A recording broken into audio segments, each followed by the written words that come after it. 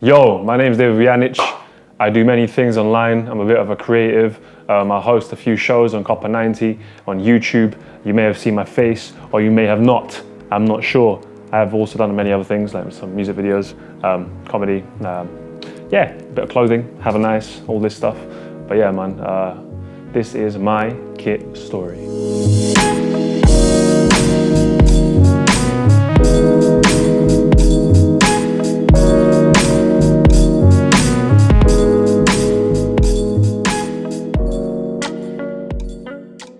Football was just something I fell in love with, and then the football kits, didn't really have a lot of money when I was younger, and access to kits, it was just like you didn't know where to get them.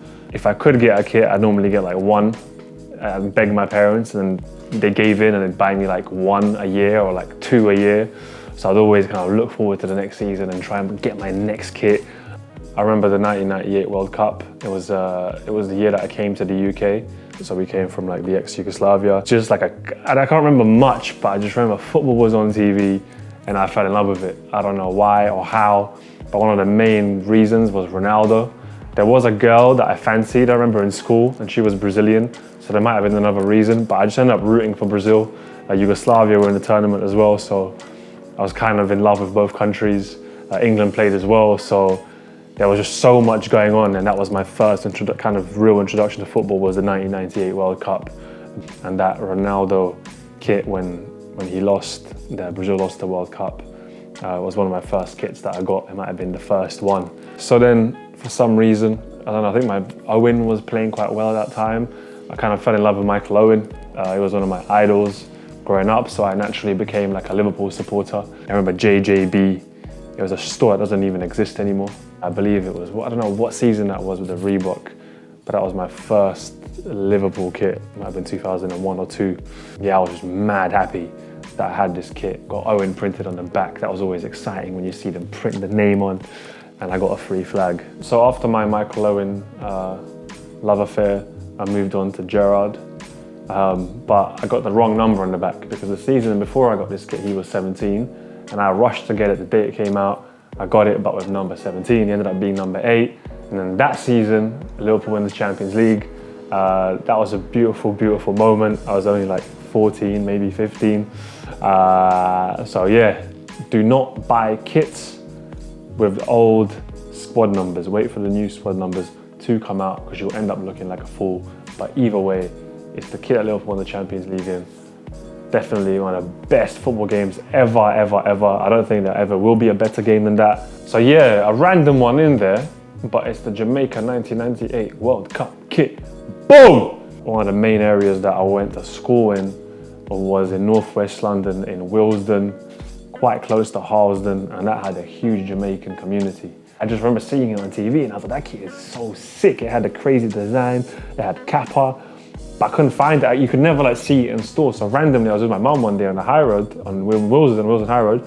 I didn't even think that shop exists anymore. And then there was that kit, like only one left. And I was like, Mum, please, can you just buy me this kit? Like, I love it. It's Jamaica. It's like, yo, 1998 World Cup. It's real. And I ended up getting it. So I was very happy. It's one of my favorite kits, definitely. All right, this doesn't make sense, but it makes sense. I was born into a Serbian family, which is now Croatia. I was born while Yugoslavia was breaking up in 1992. So that's why I came to the UK, because of people being silly. But yeah, Yugoslavia, 2000, Euro 2000 kit, had a great team, a few legendary players in it, Stankovic, you had Mihailovic, you had like Milosevic, Kezman. You had a goalkeeper, Kralj, Ivica Kralj, number 1. He was one of the first guys to do it with his sweatpants. Pixi, Savicevic, that Yugoslavia team was crazy. But it was only like a few years after the country broke up. But so it went from Yugoslavia to then Serbia and Montenegro. They even qualified for a World Cup in 2006, but they lost 6-0 to Argentina with like 49 passes. That sucked. Yeah, that Lotto kit, very, very nice. I had to get that. It was for the World Cup. Once you qualify, you have to rep. So I managed to rep. However, didn't go too well in the World Cup. And then I think post-World Cup, they were like, you know what? I think Montenegro found out that Serbia was cheating on them. They saw the text messages on each other's phones. They were texting other countries. And then Serbia were like, yo, we're gonna have to divorce. So Montenegro threw a referendum party, and then the referendum party was like, yo, they threw all the fireworks in the air and they decided that they wanted to be independent, an independent woman. So boom, Montenegro became independent, as did Serbia, And then we lead on to the last kit, Serbia World Cup 2018 in Russia. Finally, for myself as well, it was a very beautiful moment because I ended up, as life carried on, I ended up working in football, and then all these things in my head and in my life kind of just came together. Serbia, Puma, I ended up working for a thing for Puma and Copa 90. I got all the kits, and Serbia ended up drawing Brazil in the group. So that was sick. I ended up actually watching Serbia play Brazil at a World Cup game. Yeah, it was very beautiful, that moment, even though Serbia lost 2-0.